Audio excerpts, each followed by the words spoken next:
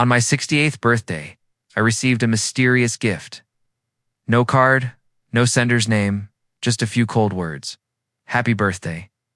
But I recognized that handwriting immediately. The handwriting I could never forget from the son I had raised for 20 years. Hadn't seen it in 3 years. I opened the box, a limited edition bottle of whiskey, so beautiful, you'd want to keep it as a display piece. But Ethan didn't know I had given up drinking 3 years ago because of my heart condition. Instead of opening it, I gave it to Robert Carson, his father-in-law. Just a bottle of whiskey, or so I thought, until I learned that the gift had nearly taken both our lives, and that was only the beginning. Don't forget to subscribe to the channel and comment where you're watching from. I set the bottle on the kitchen table. The label gleamed under my kitchen light. Blackthorn Reserve, 25-year. Wax-dipped, the kind of bottle men post like trophies. I hadn't had so much as a sip since the cardiologist in St. Louis told me my left ventricle didn't care about my pride. 3 years sober, 3 years learning how to say no to old selves. The phone buzzed across the table, skittering against the glass like it wanted to jump. Unknown Chicago number. I knew the shape of it anyway. Hey, Dad. Older than the last time, and tired in the way you can hear before you see. Package land okay? It did, I said. Thank you. I beat. So how was the whiskey? I gave it to your FIL, I said. Simple as a weather report. Robert'll love it. Silence. I could hear the empty room on his end like a held breath. You did what? He said. Sharp enough to leave a mark. Gave it to Robert, I repeated. I don't drink anymore, remember? Another breath. Then right. Yeah, of course. That's good. I'll see you Saturday. 4. Dinner? I asked. Yeah, at Robert's. He swallowed. I'll be there. He hung up before I could ask if he was all right. He wasn't. I know the sound a son makes when he's bracing for weather. I wrapped the bottle in an old dish towel, tucked it into a brown paper bag, and set it by the door next to my coat and the little wooden box that holds my pills and my sobriety coin. The coin clicked when it hits the wood, a sound that still means yes to me. Robert Carson lives in Lake Forest, north of the city. Retired investment lawyer, a kind of man who irons his napkins. We've circled each other for years, polite and parallel. Orbiting Ethan and Ava and their life that looks like a photograph until you stand inside it and feel the drafts like any other house. Bring an appetite, Robert said, when I called to tell him about the bottle. We'll give it a proper christening. Then, catching himself, for those of us who can, you'll get iced tea. I like iced tea, I said. It's honest. Saturday evening, Lake Forest wore winter like a starched shirt. At the curb and carried the bag up the steps. Inside, the foyer was warm with onion and rosemary and the kind of candle money buys when it wants to smell like a memory. Ava met me at the door, tucking a loose strand of hair behind her ear, with hands that always seem to be making a home, wherever she stands. Hank, she said, hugging me with one arm, a dish towel in the other. You made it. Wouldn't miss it, I said. Robert came in from the study with that voice of his that turns a hallway into a courtroom. There he is, he boomed, grinning. The man who brings better gifts than he keeps. Just returning treasure to the dragon's hoard, I said, and set the bottle on the sideboard. He peeled the towel away like he was unwrapping a violin and whistled softly. Blackthorn Reserve, you saint. He was about to break the wax. When he paused, glanced toward the door. We'll let it sit. Let the past do its alchemy. After dinner, a small pour. He touched my elbow. For the rest of us, I poured my iced tea. Ava set a bowl of almonds down, then another with olives, slick with lemon. We talked kitchens and cars and the weather you can't argue with. The clock in the dining room ticked, like it had an opinion. At 6:58, the door opened quick, like it had been pulled by a promise that was already late. Ethan stood there, breath a little too fast, eyes reflecting the chandelier. He hugged me hard, then stepped back, like he'd remembered. A rule? You okay? I asked low. Fine, he said, smiling without teeth. Traffic. We ate roast chicken that cared about itself, potatoes that would have made my old firehouse quiet. Robert was in his element, funny, generous, The kind of host who makes you forget he could buy and sell your past. Ethan laughed. In the right places. Ava watched us all like she was seeing a blueprint come to life and wondering about the load-bearing walls. After the plates were cleared, Robert set the blackthorn in the center of the table. He leaned in, admiring the wax. "Look at that," he murmured. Clean line. He ran a thumb along the seam where wax met glass. Then he frowned. There, small as a nick on a ring, a tiny scratch in the wax. "Huh," he said. "Problem?" Ava asked. Robert didn't answer. He stepped away, quick and quiet, and returned a moment later with a key and a small step stool. In the study, behind glass on the top shelf, lived a regiment of bottles. He loved the way some men love their boats. He opened the cabinet, reached to the top, and brought down another blackthorn, set it beside the first dot. Same bottle, same wax color, same tiny scratch. He didn't look at me. He looked at Ethan. "Where'd you get this?" he asked, voice as even as a level. "Broker," Ethan said. "Too fast. Online? Good deal." Robert turned the bottle, then turned his head. "And where did this one go?" he asked, touching the twin. No one breathed. The house waited to see if it would be allowed to keep being a house. Ethan put one hand on the back of his chair like it was the rail of a ship. "I took it," he said, eyes on the table. "From your cabinet. Was going to replace it before you noticed." He pushed a laugh through his nose that hurt to hear. "Guess I misjudged your inventory." Ava's hand found the tablecloth. Gripped Ethan. "I'm sorry," he said, and the way he said it was a boy apologizing in a man's voice. "I wanted to get Dad something good by stealing from me," Robert said. "Not a question." Ethan nodded. "I'll pay you back, I swear." "How?" Robert asked. "With what money?" Ethan's mouth opened, shut. He looked at me, and there it was, the crack where truth gets in. "Gambling," he said. "Sports books?" It got out of hand. Ava closed her eyes like someone had turned a light on too fast. Robert's face went still, which on a man like him is louder than shouting. Before anyone could speak, a sound cut through the air, a faint, insistent chirp. The kind of sound small devices make when they want attention. Ava glanced around. Frowning, Robert cocked his head. "What is that?" he asked. We all heard it then, chirp. Pause, chirp. Coming from the table. From the bottle, Robert lifted the blackthorn, turned it. The wax gleamed. The scratch caught the chandelier's light. The chirp came again. He set the bottle down slowly. "Don't move," he said, very calm. "Ava, call 911. Use the study phone." "What is it?" Ethan whispered. Robert looked at me. "I think there's a tracker in this bottle," he said. "I think whoever put it there is nearby." Before Ava could stand, the front door exploded inward, wood splintering, air gulping. Two men in dark coats and cheap masks came through the foyer like a bad idea, one with a pistol, one with a crowbar. "Phone down," the one with the gun said. "Nobody moves. We want the blackthorn and the rest of the collection." "Nice hand." "Easy." Robert froze. Ava's hand hovered over the phone like it could be invisible if it was kind enough. Ethan stood, then sat, then stood again like his legs were remembering their job. "I used to fight fires. Doors breaking don't make me forget that. Neither do guns." My heart beat its new careful beat. My eyes went soft the way you make them when you need to see more, not less. "Take it," Robert said, lifting his hands, palms up. "I take whatever you want." "Start with that one," the gunman said, pointing at the blackthorn. "Bag 2, let's move." He took 2 steps into the dining room. The other man moved toward the study, said the first stupid, smart thing that came into my head. "Careful." "With the wax," I said mildly. "It's the hand-dipped kind. Scratch it and you kill the resale." The gunman glanced at me. "Men like that don't think old men are dangerous." "Fine. I'm good at being useful. Shut up," he said.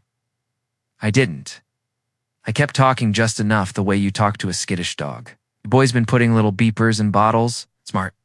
Track the collectors. Come back later. Nice payday." He blinked just once. Then he pointed the gun at me.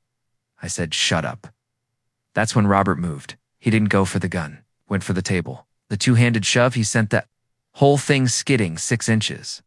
Candles wobbled. Glasses fell. The blackthorn rolled slow, heavy toward the edge. The gunman flinched, reached out instinctively to steady the bottle, and for one glorious, ridiculous second, he wasn't pointing a gun at anyone. Now, I said. Ethan grabbed the nearest thing that wasn't breakable. The chair swung it like he wanted it to be a better chair than it was, and caught the gunman across the forearm. The gun clattered to the floor. Ava kicked it under the sideboard like a pro soccer midfielder. Robert lunged not at the man, but at the bottle end, snatched it before it hit the floor. Priorities. The second man came charging back from the study with the crowbar raised. He swung. I stepped in, grabbed his wrist the way the department trainer drilled us 1,000 years ago, twisted and drove my shoulder into his chest. We hit the floor together in a chaos of chair legs and old bones. He was younger. I was meaner. Ethan tackled the first man as he dove for the sideboard. Robert, still holding the blackthorn like a baby, yelled, "Ava." And she, bless her, did not freeze. She hit the panic button on the alarm panel, opened the front door, and screamed help. Into a quiet street full of rich people who never expected to have to decide what kind of neighbors they were. Sirens are a beautiful sound, and when they're coming for you and not at you. The men panicked. The one with the crowbar tore free and bolted. The gunman scrambled, grabbed the edge of the sideboard, then the gun from underneath it, and in his scramble he fired once. The shot went wild, splintered a cabinet door, shattered a bowl, and punched a hole through a bottle on the bar. I felt the air move past my ear like a memory. Robert staggered, not from a bullet, but from the sound too close to the heart that paid for his life. He gasped, half sat, the blackthorn still in his hands, his face drained. "Robert," Ava cried, dropping to him. "Dad, breathe." He sucked in air that didn't feel like enough. "I'm okay." The gunman ran. Sirens wailed closer. Neighbors shouted. I sat down because my heart decided I would be sitting. "Thanks very much." Ethan stood between the door and what was left of our evening, shaking with a fury that had finally found a place to land. The police took 6 minutes to fill the house, 2 hours to empty it. We gave statements. We watched the footage from the doorbell camera that didn't capture much besides the moment you learn how fast a door can be, not a door anymore. A detective with sensible shoes and tired eyes, Whitaker, badged like a handshake, squatted by the table and frowned at the blackthorn. "You said there was a chirp," she said. Robert nodded. Like a smoke alarm on its last legs, she ran a small flashlight along the wax. "Mind if I take a look?" "Be my guest," he said, breathing steadier now. She took a pocket knife, warmed the blade with a lighter, and eased it under the wax at the seam. 2 careful slices, thin strip peeled back like an orange rind. Embedded in the wax, neat as a penny in a birthday cake, was a coin-sized tracker, no brand, no logo, slick black, with a tiny vent that must have let the chirp out. "Bingo," she said. She held it up with gloved fingers. "That's how they found you." I looked at the bottle. I looked at Robert. Then I looked at the scratches on the wax and felt the shape of a thought I didn't want to have. "Detective," I said, "does that thing look like it's been in there long?" She tilted it. "Fresh epoxy, my guess. Days, maybe a week." Ethan sat down very fast. The chair scuffed the floor.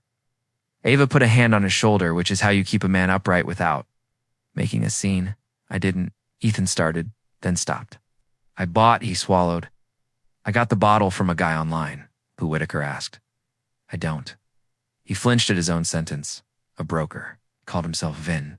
He met me in a parking garage. He had a lot of bottles." Of course he did. And one of them had a beacon glued under the wax, waiting to lead men in cheap masks to a cabinet full of small fortunes. The gift I'd regifted had nearly taken both our lives. Roberts and Menand could have taken more. Whitaker slipped the tracker into a bag. "We'll run this," she said, "and we'll see where it chirps next." The house quieted. The neighbors went back to their lives, grateful they'd loaned us sirens. Robert sat with his head back, color returning, bottle in his lap like a cat that had finally decided to behave. "Ethan," he said, turning his head without moving his. Body, tomorrow, 10 a.m., my study. Ethan nodded. Yes, sir. Bring your phone, Robert added, because he understands where the blood flows now. I looked at my son, at the man he is, and the boy he still is, when the room tips. You're coming with me to the station first, I said. We're going. To tell Whitaker everything we can remember about Vin. He nodded again. Okay. Ava stood, took a breath, steadied her voice, and did the most grown-up thing in the room. I'm making tea, she said. Nobody say no. We didn't. We sat in a house full of broken glass and breathing people, and we drank. Tea like it could stitch us together. Later, when the lights were off and the house was trying to sleep, I lay awake on the guest bed listening to the heat click through the vents. Two thoughts took turns in my head. One, the tracker had nearly gotten Robert and me killed. Two, the scratch in the wax had been on both bottles. This had started with a gift. It wasn't going to end that way. Morning made the dining room look like a crime scene had passed through and left its coat. Sunlight caught 100 glittering shards in the carpet. The smell of rosemary and fear had faded to lemon cleaner and tired. Ethan and I drove to the lake. Forest Public Safety Building without music. He stared out the window like the trees might know what to do with shame. I watched the road like it owed me answers. Detective Whitaker met us in a small interview room that had the usual, a clock that ran too slow, chairs that discouraged lies, a carafe of coffee nobody drank after noon. Thanks for coming in, she said. Voice even, eyes kind in the way that doesn't forgive or accuse, it just waits. Almy. Everything about Vin. Start at the beginning.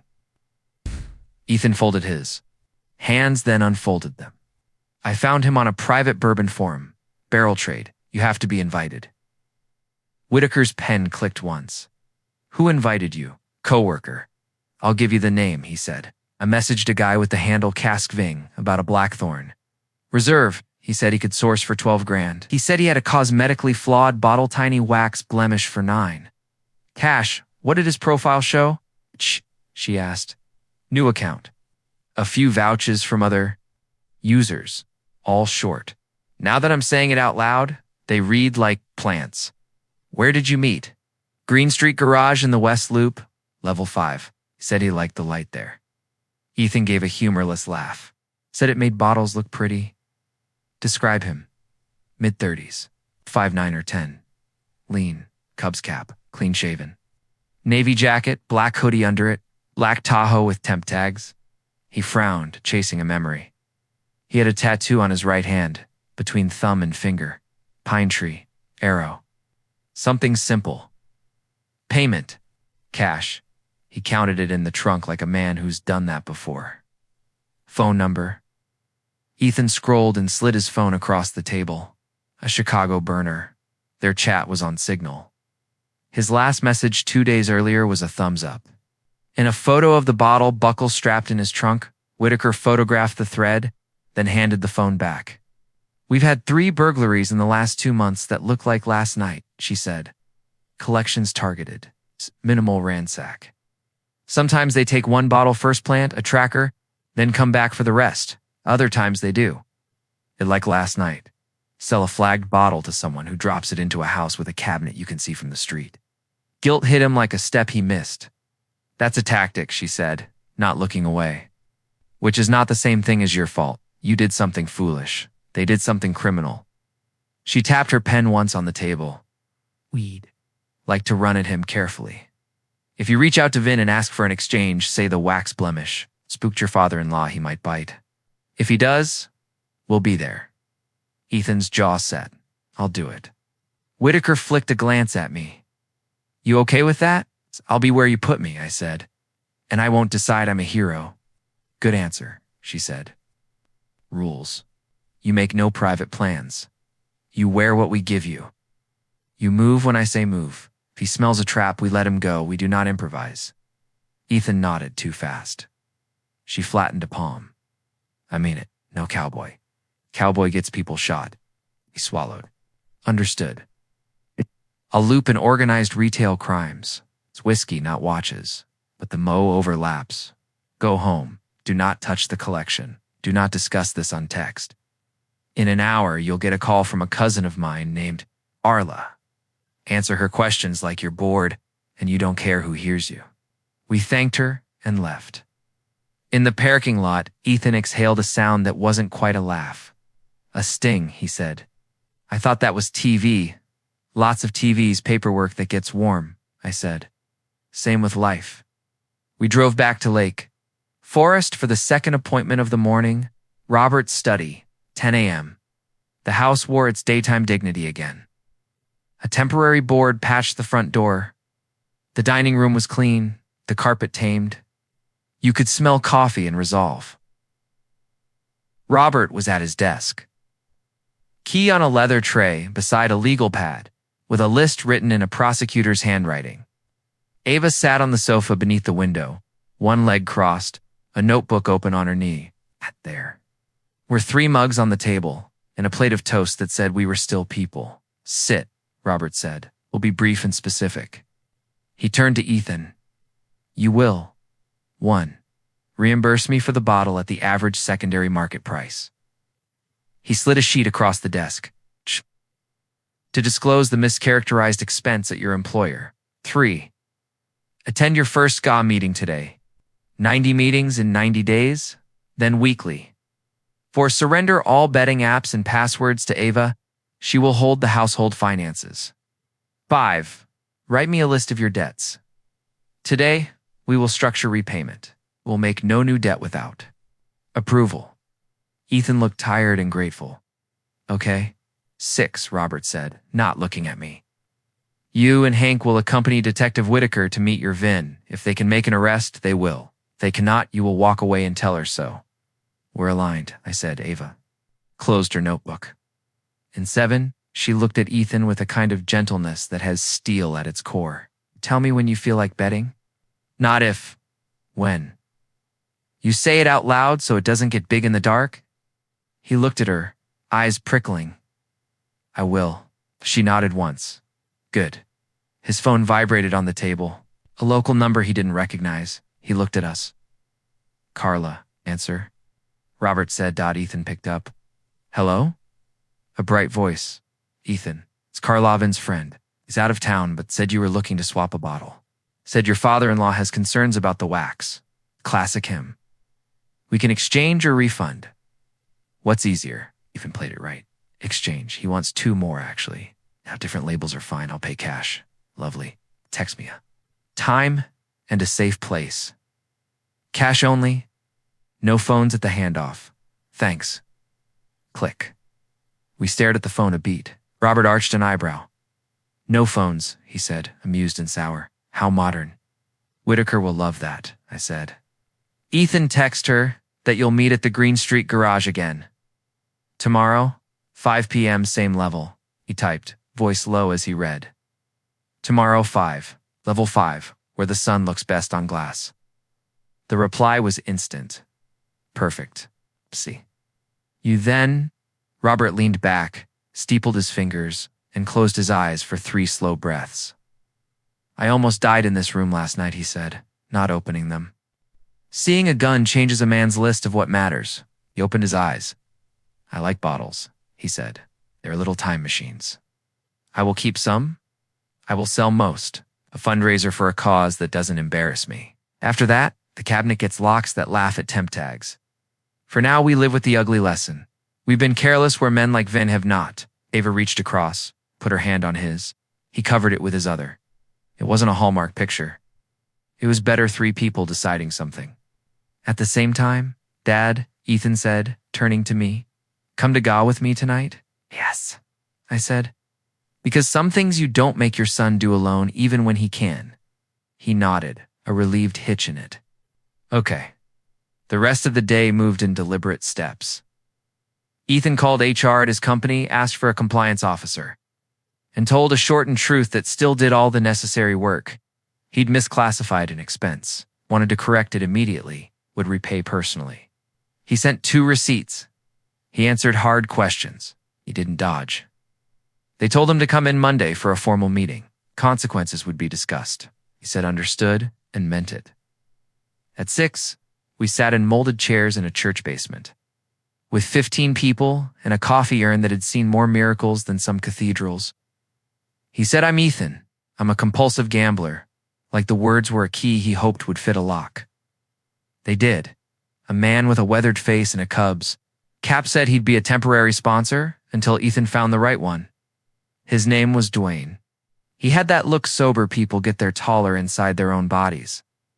After the meeting, Ethan and I walked a quiet block under winter stars that looked like they wanted us to name them. He put his hands in his pockets and breathed out steam and a little hope. "Thank you," he said. "For what?" "For not saying I told you so even though your whole face knows you could." "I gave up that sentence for Lent one year," I said. "I kept it," laughed brief and true. Keep it forever. Working on it. The next afternoon moved like a plan putting on shoes.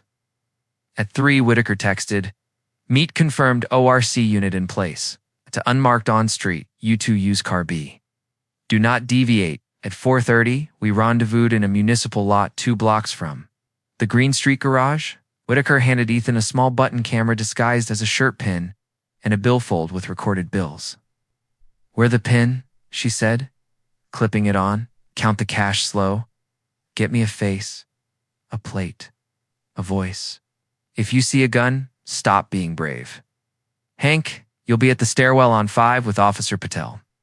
If your heart or your history starts making decisions, we abort." "Understood? Understood," I said. Ethan nodded. "Understood." We walked to the garage like 2 men out for an errand and not about to try to put a ghost in a box. The winter sun slanted between the concrete ribs. Level 5 had the view Vin had advertised city like a promise in every direction. Ethan stood by a pillar. I stood 20 feet back near the stairwell, where Patel, a calm woman with runner's legs, faked a phone call and scanned without looking like she was scanning.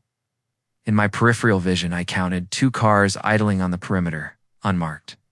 1 van parked at the far corner. A gray sedan that had come up a minute ago and hadn't parked. The sedan made me itch. It idled, then drifted up to 6. Good. Let it. At 4:58, a black Tahoe with temp tags rolled slow into the aisle and stopped. The driver got out. Cubs cap, navy jacket, black hoodie. Lean. He looked like a man named Vin because that's what we needed him to be. He opened the rear hatch. 2 boxers inside, the kind brokers use to pretend they're legitimate foam cutouts, branded tape.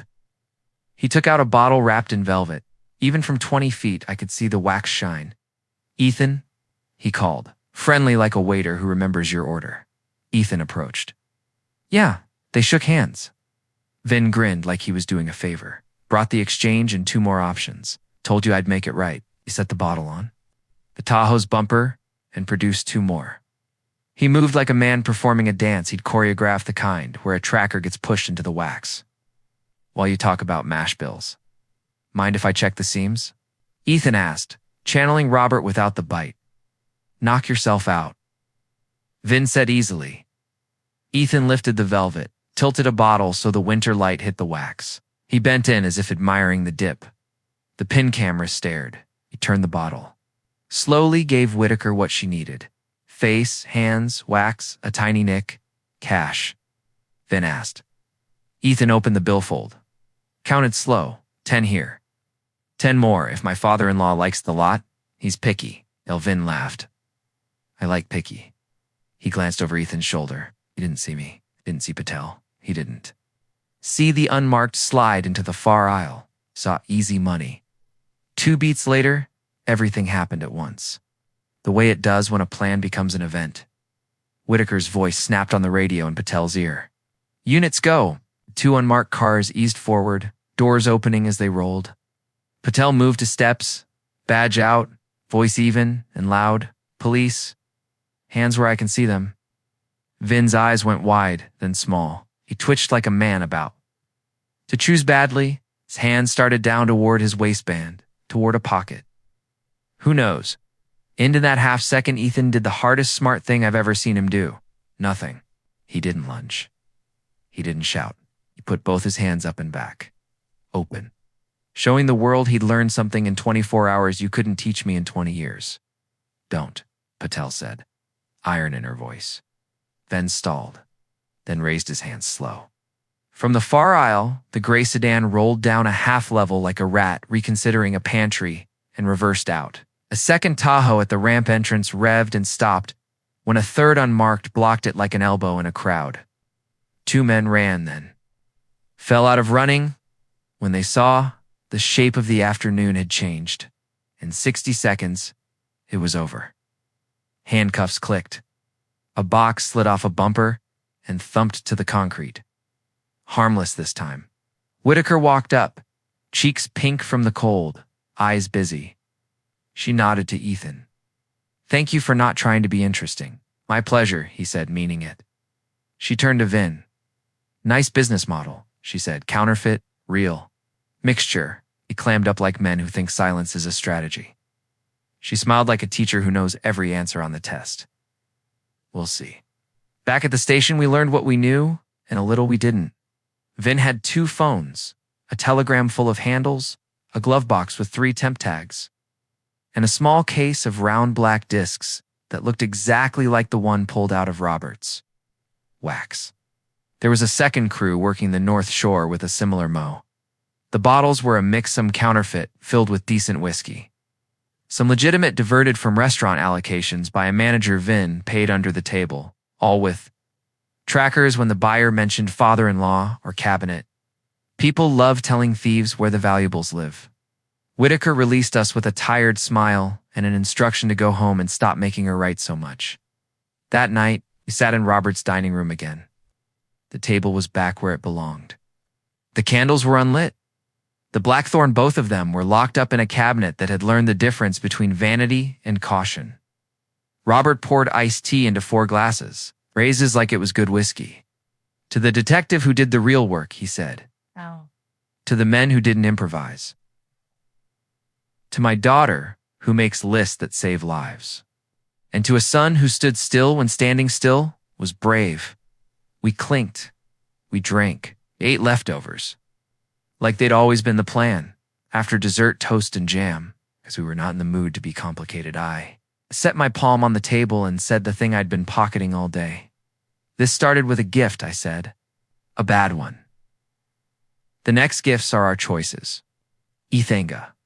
Meetings. Honesty. Robert, sell what you need to feel safe and proud. Lock what you keep. Evosa out loud when you're afraid, because fear gets mean when it's quiet. And meal. Stop thinking time will fix what I don't speak." Ava smiled at me like I'd finally read the instructions. Robert glanced toward the study. "Tomorrow," he said, "I'm calling an auction house. Half the cabinet goes. Proceeds to fund a grant for the Lake Forest Shelter's security upgrades. If thieves are going to teach me about locks, I might as well buy better ones for someone who can't." "Good," I said.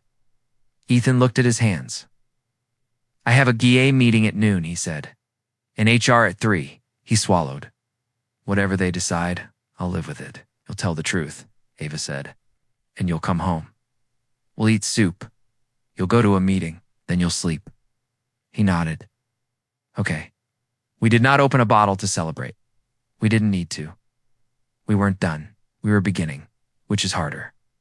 A week later, Robert's collection, half of IT, went to auction under a lot title that made him grin.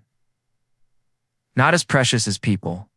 The bidding was obscene and satisfying. The shelter got cameras and reinforced doors and a panic button that fed straight to a dispatcher who knew the address. Ethan's HR meeting ended with a formal warning, a repayment plan, and a compliance training module that tasted like chalk but did the job. He went to meetings. He called Dwayne when the itch hit. He handed Ava his phone when her face told him to. He told me the truth more often than he didn't. Vin took a plea. 2 of his crew rolled. The rest will take longer. The discs on Whitaker's evidence table looked like coins from a country I don't want to visit again. 3 months out, we ate Sunday supper at Robert's Chili this time. No candles, no display. Just bowls that steamed, and a table that didn't pretend to be anything. But a table. We laughed at a story I told badly. Ava snorted at a joke Ethan made that wasn't that funny, and I loved her for pretending. Robert poured iced tea like it had a vintage, and we clinked glasses out of habit. Ethan's phone buzzed. It then flipped it back, face soft. Dwayne, he said. Group's moving to Tuesday nights. He wanted to make sure I knew. You'll go, Ava said. Not as a question. I'll go, he said. He looked at me. You coming? Yeah, I said. I like the coffee. He grinned. You're a bad liar. Sometimes it helps. When I got home that night, I set my AA coin back in the little wooden box with my pills. Clicked the way it always does. I put a scrap of paper under it with 4 words. I don't want to forget. Gifts or choices. Choose. We didn't keep the blackthorn. Robert donated one to a charity raffle with a security guard standing 6 inches away. The other he sold and sent. The check to the shelter with a note for the lock in the couch, the quiet room where you remember how to breathe. On my 69th birthday, a small box arrived with a big card. No bottle, no wax. Inside was a handwritten note from Ethan, Messy, and Ernest. Happy birthday, Dad. Tonight is pizza and iced tea at our place. The only thing I'm giving you that can break is silence. I'm going to try not to. It was the finest bottle I never opened. On my 69th birthday, I drove to Ethan and Ava's with a paper sack of store-bought cupcakes because the kids in the building. Lobby said the frosting looked illegal, and I wanted to be popular for once. Ava's door opened before I knocked. You're early, she said, smiling. Oh. Good. You can be quality control. Pepperoni and basil and hot cardboard filled the apartment. Robert was already there, sleeves rolled, pouring iced tea like it needed a sommelier. The new lock on. Their door had a steel plate and a quiet confidence. I touched it like a superstitious man touches a church door.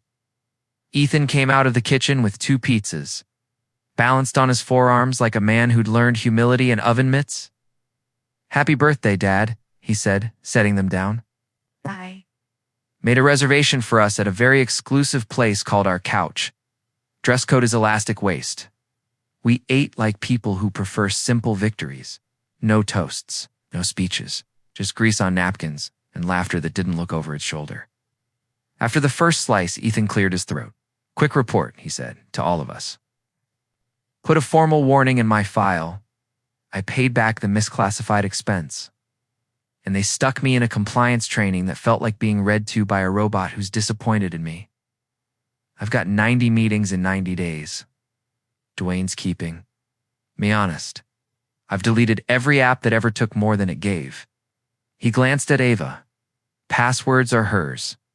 I asked before I buy a soda. Sometimes he asks before he breathes, Ava said, dry and fond. Robert nodded. Good. I watched my son's face as he spoke. Shame still visited, but it didn't get. The couch anymore? It had to stand in the hall like a neighbor you waved to without inviting in. After we ruined the cupcakes, my phone buzzed. Unknown number. St. Clair County Courts. I stepped into the hall and answered. Mr. Doyle. This is Ada Rivera. We'll be sentencing Mr. Vinaldi next month. Detective Whitaker says you might provide a statement. No pressure, your choice. I looked back at the table, my son, my daughter-in-law, the man who almost died in his dining. Ruman thought about gifts and choices. I'll be there, I said. I'll keep it short. When I returned, Ethan watched my eyes the way kids watch skies for a storm that might or might not be theirs. They want statements at sentencing, I said. You'll get the same call, he nodded. All right. Something honest. Ava licked frosting off her thumb like a kid. Honest sounds good. Later, after we played a hand of gin rummy that turned into 3 because Robert refuses to lose with grace, Ethan walked me to the elevator. You still? Keeping that coin in the box? He asked. Every day, I said. Coin doesn't keep me sober. People do. Rooms do. Tea helps. He smiled. You coming to Tuesday? Wouldn't miss it. The elevator door slid shut. I watched my son through the narrow window as the car lowered his hand, lifted in a small, ordinary wave that would have been a miracle to me a year ago. I waved back. Maybe miracles always look small up close. Chapter 4. Faces in Corte. A month later, we sat on a wooden pew in a courtroom that smelled like coffee and consequence. The judge had a face that made you want to tell the truth. Kevin Vinald looked Smaller in a suit? You never know how tall someone is until they have to stand in front of a person with a gavel. His lawyer did the speech lawyers do when they're trying to make a man look like a mistake rather than a plan. My client fell into a bad crowd, economic desperation, no prior violent offense. The prosecutor's sequence was crisp. Trackers in wax, screenshots, bottles, temp tags. 3 burglaries, 1 with shots fired. Plea to burglary, criminal damage, conspiracy. Detective Whitaker sat 2 rows down, hair pulled back, eyes steady. The kind of person a city is lucky to own. The judge invited impact statements. Robert went first. He walked to the lectern like he was at a partner meeting and then didn't do what anyone expected. I like whiskey, he said. Too much, probably. I collected it because bottles can make you feel like you own time. Last winter, your scam put a gun in my house. I'm angry about that. But I'm angrier about something else. You made me see how much I let glass stand between me and people. I sold half the cabinet. We funded locks at a shelter. The rest I keep. Under better lock and better humility. I don't want revenge. I want you to get a job where you hand people coffee and hear their names. It might make you smaller in the world and bigger to yourself. He stepped back. The judge made a note. I went next. Your Honor, I said, hands on the lectern, because I am steadier when Wood remembers me. I'm a retired firefighter. 9 years sober. I used to put bottles between me and my son. Mr. Vinaldi turned bottles into beacons. They brought men with a gun to a table where we were trying to heal. We're going to be okay because we decided to be. I hope the time he gets helps him decide to be someone else when he walks out. I stepped back. I caught Ethan's eye. He nodded, then stood. My name is Ethan, he said. I bought one of those bottles from Mr. Vinaldi. I thought I was doing something generous. I was really doing something stupid. I'm in recovery now for gambling, not liquor. That night could have ended a lot of ways. I'm grateful it didn't end with anyone dead. I want Mr. Vinaldi to understand the scale of what he did. I want to understand the scale of what I did. We're both here because of choices. I'm trying to make better ones. He sat. Ava squeezed his knee. Vinaldi stared at the table. The judge sentenced him to 6 years state time, eligibility for rehab programming, restitution to victims. It wasn't triumph. It was a line drawn. Sometimes that's enough. In the hall, Whitaker shook all our hands. You did good, she said. Mr. Doyle, thank you for not playing hero on the roof. I'm domesticated, I said. I take direction now. She grinned and was gone before the joke cooled. Life does what life does after. Court, returns to lists, laundry, meetings, dinners that burn a little and still get eaten. Ethan worked, went to GA, learned the dull miracle of boring days. Robert scheduled the auction and wrote a check. He joked. Felt like a divorce settlement with his younger self. Ava put motion lights and herbs on their balcony because she believes in flavor and in seeing what's coming. One evening, driving home on I-55, my heart did its trick where it beats a jazz bar instead of a march. I pulled over at a rest stop, breathed slow, took the pill my cardiologist calls humility. The rhythm settled. I called Ethan because that's what I do now when something points out that time has a boss. You okay? He asked. I am, I said. Today reminded me to be, want me to stay on the line? He said. Yeah, I said. And he did. And we didn't talk much. It was the best conversation I had that week. Spring found us building a life that didn't need to brag. Robert's not as precious as people auction paid for the shelters. New doors and a quiet room with a good couch. We volunteered on Saturdays, Ava, organizing a pantry with military precision, Ethan hauling boxes with penitent enthusiasm, me showing a kid how to fix a sticky hinge. Dwayne came by one day and nodded at Ethan the way men nod when they see their work reflected in someone else's backbone.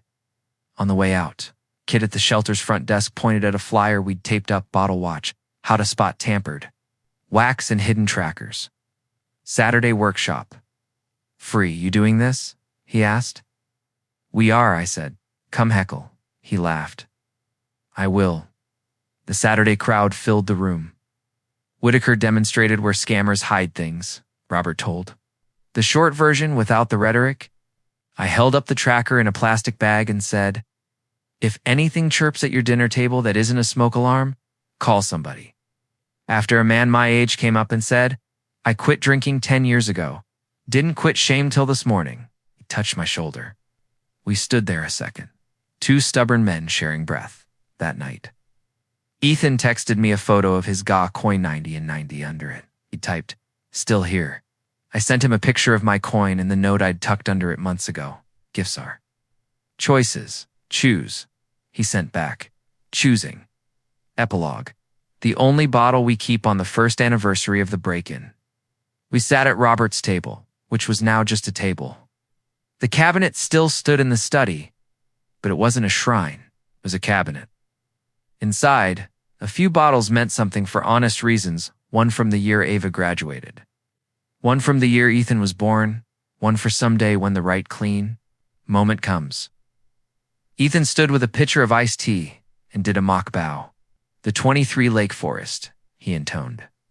Hints of lemon, finish of humility, poor Ava said, smiling.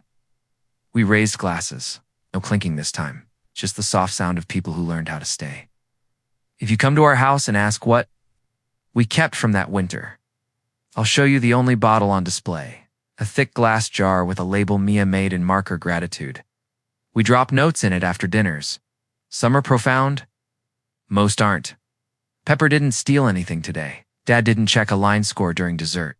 Door locks worked, so did trust, and the handwriting in that jar changes over. Time? Some days it's steady, some days it wobbles. I recognize all of it. It's my son's. It's mine. It's the life we poured after we decided not to open what would break us.